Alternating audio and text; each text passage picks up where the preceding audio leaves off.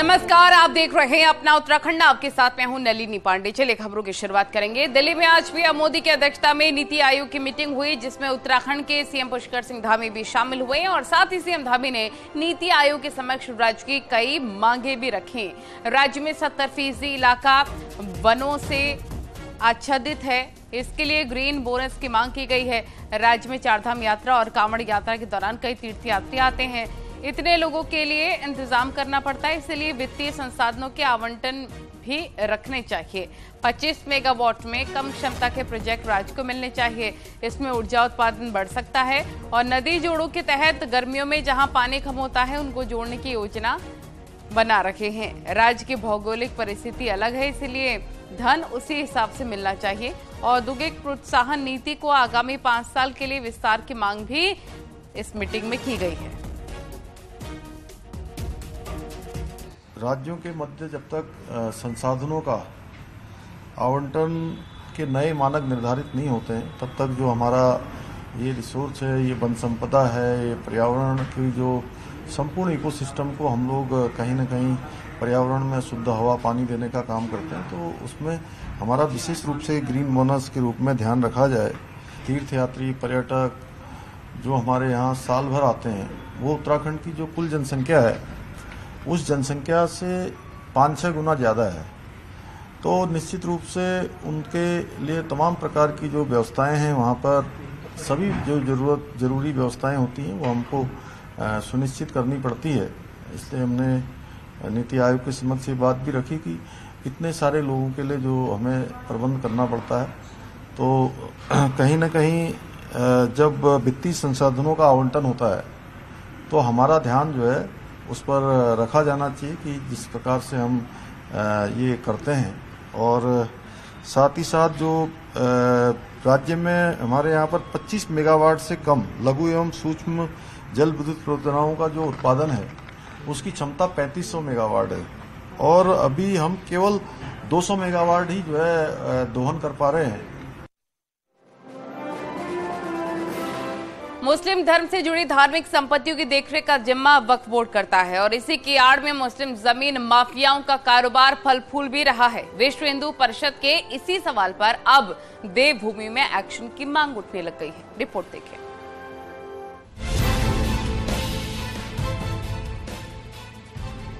मजार, मस्जिद, मदरसे, कब्रिस्तान की देखभाल रख रखाव का काम वक्फ बोर्ड करता है, पर जिस तरह उत्तराखंड में सरकारी जमीनों से अवैध मजारों का सफाया हुआ है, उससे वक्फ बोर्ड के रोल पर भी सवाल खड़े हुए हैं। विश्व हिंदू परिषद की हरिद्वार में हुई बैठक में वक्फ बोर्ड पर एक्शन की बात टॉप एजेंडे पर रही। विश्व हिंदू परिषद ने सवाल खड़ा किया कि जमीन से जुड़े मामलों में हिंदू धार्मिक संस्थाओं को प्रॉपर्टी के कागज कोर्ट में दिखाने होते हैं, लेकिन वक्फ की जमीनों पर कोई सवाल नहीं उठता और इसी बात का फायदा मुस्लिम जमीन माफिया उठाते हैं। विश्व हिंदू परिषद अब केंद्र सरकार से वक्फ के कानून में बदलाव चाहता है। वही उत्तराखंड में बीजेपी नेता मांग कर रहे हैं कि दूसरे राज्यों से पहले वक्फ बोर्ड की जमीनों की जांच का काम उत्तराखंड में होना चाहिए, जिस तरह मजारों को हटाने का काम यहाँ शुरू हुआ है। देखिए, हमारा पहले से सोचना है कि हिंदुओं के जितने भी धर्मस्थान हैं उन पर सरकार नियंत्रण करने की सोच रही है, करती रही है, लेकिन दूसरी तरफ वक्फ बोर्ड के ऊपर कोई नियंत्रण नहीं है। वक्फ बोर्ड की जितनी जमीनें हैं वो ज़्यादातर जो है गलत कामों के लिए प्रयोग हो रही हैं या बाहुबलियों के द्वारा वो कब्जा करके अपने व्यापार चलाया जा रहा है। तो मेरा सरकार से ये निवेदन है और मांग भी है कि वक्फ बोर्ड की जितनी संपत्ति है उसकी जांच की जाए। वक्फ बोर्ड के लिए कायदे कानून केंद्र में अल्पसंख्यक मामलों का मंत्रालय देखता है और राज्यों में समाज कल्याण विभाग। ऐसे में वक्फ बोर्ड की आड़ में लैंड जिहाद की बात पर सियासत शुरू हो गई है। कांग्रेस का कहना है कि वक्फ का मतलब ट्रस्ट होता है, पर बीजेपी संघ और विश्व हिंदू परिषद को हर जगह जिहाद दिख रहा है। वहीं सियासत पर वक्फ बोर्ड कुछ नहीं कहना चाहता। इसलिए अब ऐसी बातें जिहाद, लव जिहाद, लैंड जिहाद, मजार जिहाद, मस्जिद जिहाद, वक्फ बोर्ड, इस तरह की बातें लाएंगे जिससे कि सांप्रदायिक आधार पर ध्रुवीकरण कर सके। मंत्री भी हिंदू हैं, चीफ जस्टिस जो सुप्रीम कोर्ट के हैं वो भी हिंदू हैं, अधिकांश प्रदेशों के मुख्यमंत्री भी हिंदू हैं। तो आप करिए ना, कोई निर्णय ले लीजिए। कौन मना कर रहा है आपको निर्णय लेने के लिए?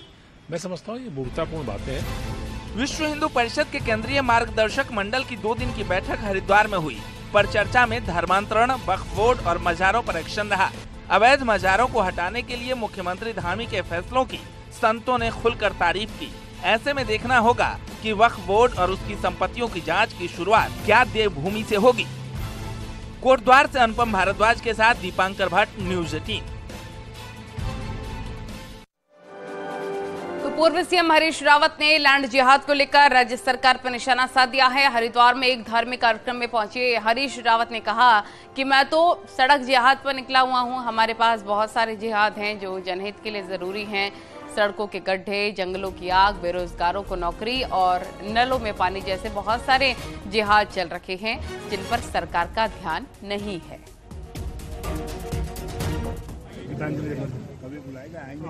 भैया मैं तो आजकल सड़क जिहाद में हूँ।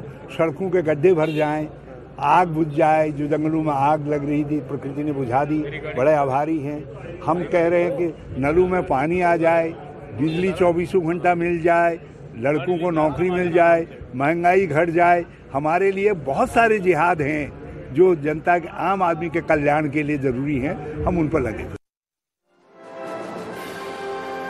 हरिद्वार में विश्व हिंदू परिषद की महिला साध्वियों के विंग पूज्य साध्वी संगोष्ठी की मीटिंग हुई, जिसमें धर्मांतरण, लव जिहाद और समलैंगिक विवाह जैसे तमाम मुद्दों पर चर्चा की गई।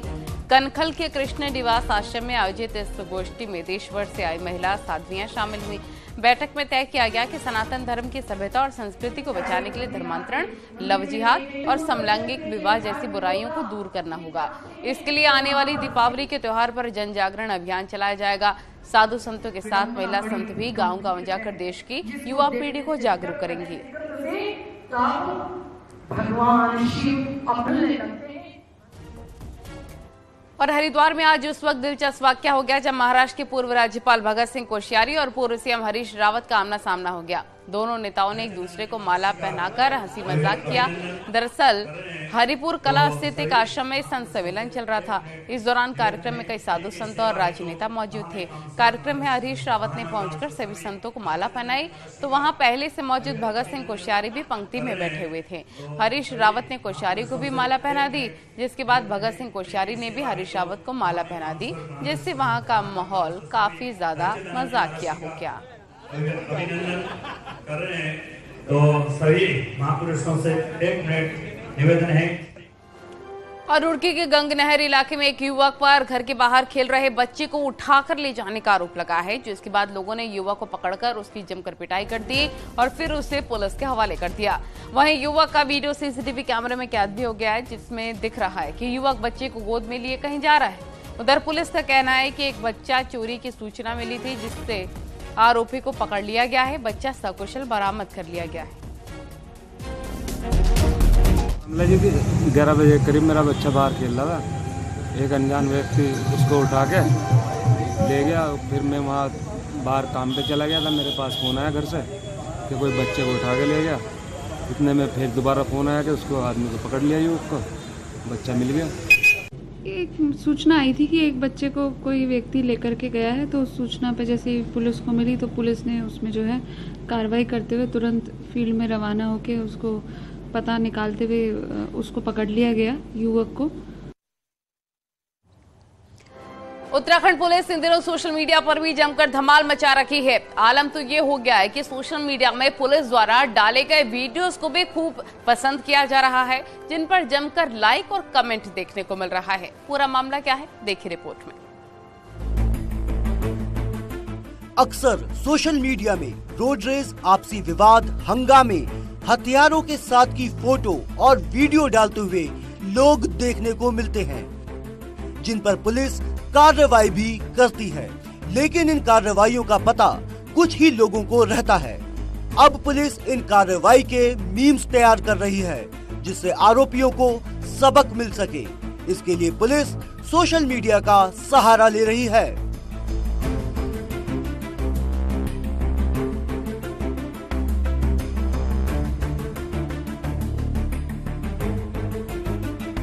इसमें देखो ना, पुलिस के प्रति एक तो पॉजिटिव इमेज हो रही है, सेकंड हमारा जो अपराध नियंत्रण है उसमें भी हमें काम आ रहा है, और तीसरे इसे लेके हम लोग जागरूक होते हैं तो फिर तुरंत मुकदमा लिखने आ जाते हैं और हम उस पर हरकत में आ जाते हैं। पुलिस भी फिर इससे रिस्पॉन्स टाइम भी कम हो जाती है। तो ये अवेयरनेस क्रिएट कर रहा है, ये अच्छा। इन वीडियो के माध्यम से जहां उत्तराखंड पुलिस कार्रवाइयों को जनता के सामने रख रही है, वहीं सोशल मीडिया के माध्यम से पुलिस की छवि और अपराधियों में खौफ भी पैदा कर रही है। न्यूज़ 18 के लिए देहरादून से सत्येंद्र भातुवाल की रिपोर्ट।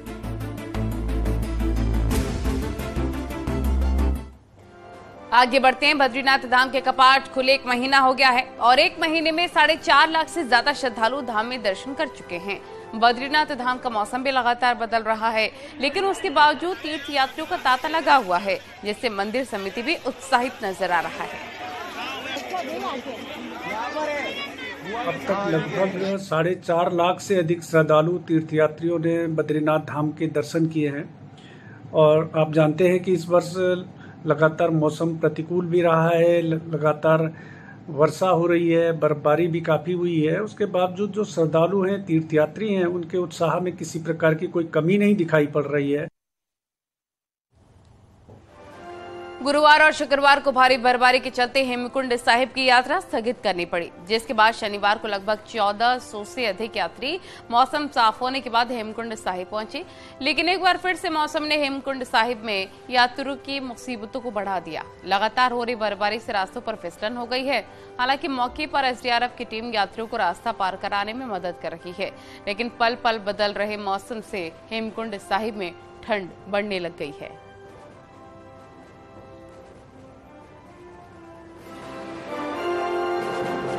आईएमए की पासिंग आउट परेड में अब 15 दिन से भी कम दिनों का वक्त बचा है। हर साल आईएमए से देश विदेश की सेना को जाबाज सैन्य अधिकारी मिलते हैं, लेकिन अनुशासन के पाठ से लेकर युद्ध की कूटनीतिक समझ गुरुकुल में खास तौर पर सिखाई जाती है। ये रिपोर्ट देखिए।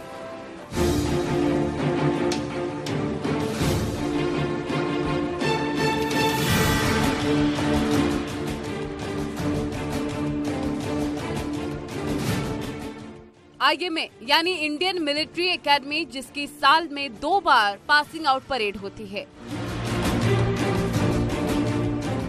साल 2020 में भारतीय सैन्य अकादमी ने अपने दक्षिण ब्लॉक में गुरुकुल की शुरुआत की, जिसमें शैक्षणिक से लेकर प्रशिक्षण के 2 ब्लॉक बनाए गए हैं। जहां एकेडमिक ब्लॉक में कैडेट्स को देश विदेश की फौज का इतिहास, दुश्मन देशों के युद्ध कौशल से लेकर अब हुए युद्धों का ब्यौरा पढ़ाया जाता है। वहीं प्रशिक्षित ब्लॉक में हथियारों से लेकर युद्ध में इस्तेमाल किए जाने वाले तकनीकों को पढ़ाया और सिखाया जाता है। गुरुकुल एक्चुअली सही मायने में जो हमारे ट्रेडिशन में है गुरुकुल का, वही कॉन्सेप्ट इसमें लाया गया है। एकेडमिक डिपार्टमेंट है, शैक्षणिक विभाग है, वो इनको various academic subjects like military history, military geography, science and warfare, current affairs, English communication as well as service writing के बारे में इनको हम ये जितने टेन्योर में हमारे पास रहते हैं, इसमें हम इनको शिक्षा देते हैं। इन सब में खास होता है कैडेट्स को अनुशासन, संयमित होकर कूटनीतिक तरीके से युद्ध के लिए तैयार करना। ट्रेनिंग में हर कैडेट्स को शारीरिक और मानसिक तौर पर तैयार किया जाता है, जहां पर सेंट्रलाइज्ड लाइब्रेरी में 1 लाख से ज्यादा फौज से संबंधित किताबें हैं, जिसमें सबसे पुरानी किताब साल 1776 की है। एक लाइफ मॉडल ऑफ चाणक्य या कौटिल्य को का स्टैचू हमने रखा हुआ है। बेसिकली आप जानते हैं कि he was a master strategist, जिन्होंने की अर्थशास्त्र लिखा था। तो गुरु को हाईलाइट करने के लिए हमने द्रोणाचार्य का वहां पर ट्रेनिंग टीम में मॉडल रखा हुआ है। चाणक्य जैसे कूटनीति और गुरु द्रोणाचार्य जैसा युद्ध कौशल जेंटलमैन कैडेट्स अपना सकें, यही गुरुकुल का मुख्य उद्देश्य है, ताकि युद्ध के समय बल, बुद्धि और शौर्य के बल पर एक फौजी युद्ध को जीत सके। न्यूज़ 18 के लिए देहरादून से भारती सकलानी उनियाल की रिपोर्ट।